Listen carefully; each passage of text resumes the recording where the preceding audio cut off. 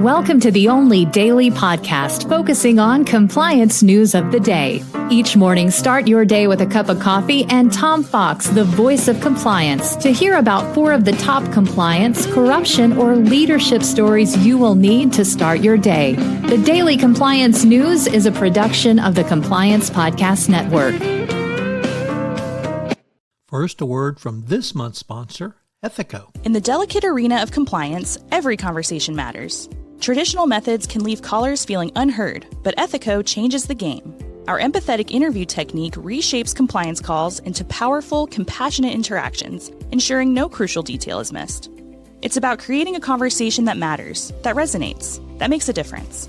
Be the change in your compliance approach. See the transformation for yourself at ethico.com/CPN. Book a demo, try our free ROI calculator, and explore the white paper by Tom Fox, The ROI of Compliance. The Daily Compliance News for June 25, 2024, the Assange Freed edition. And we begin with that story from the New York Times. And in the quixotic quest by the U.S. Department of Justice to actually bring Julian Assange to trial in the United States has ended, as he's agreed to plead guilty in exchange for his release.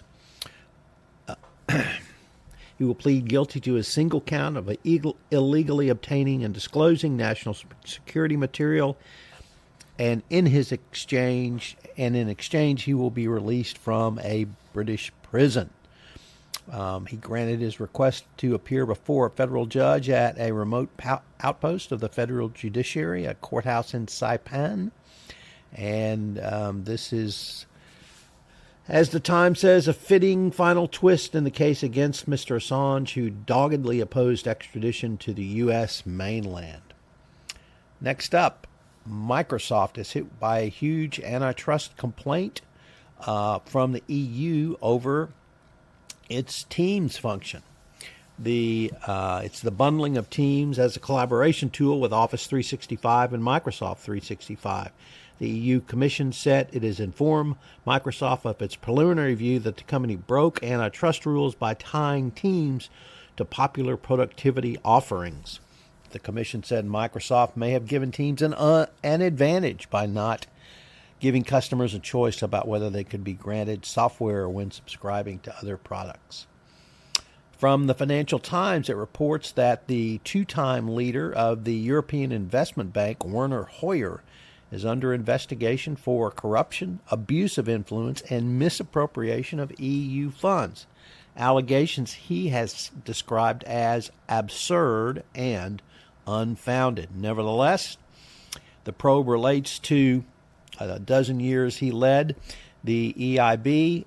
He stepped down last December, and let's see where these go. And our final story comes to us from Reuters, which reports that Delaware has amended its corporate law is poised to adopt changes in its wisely used corporate laws that could weaken boards of directors in favor of institutional investors such as private equity firms. One has to wonder what this might mean for Caremark and if boards with less authority still have the same legal obligations, or if large shareholders will now. It's going to be fun. The Daily Compliance News is a production of the Compliance Podcast Network and a proud member of C-Suite Radio. Thanks so much for listening. I hope you'll join me again tomorrow.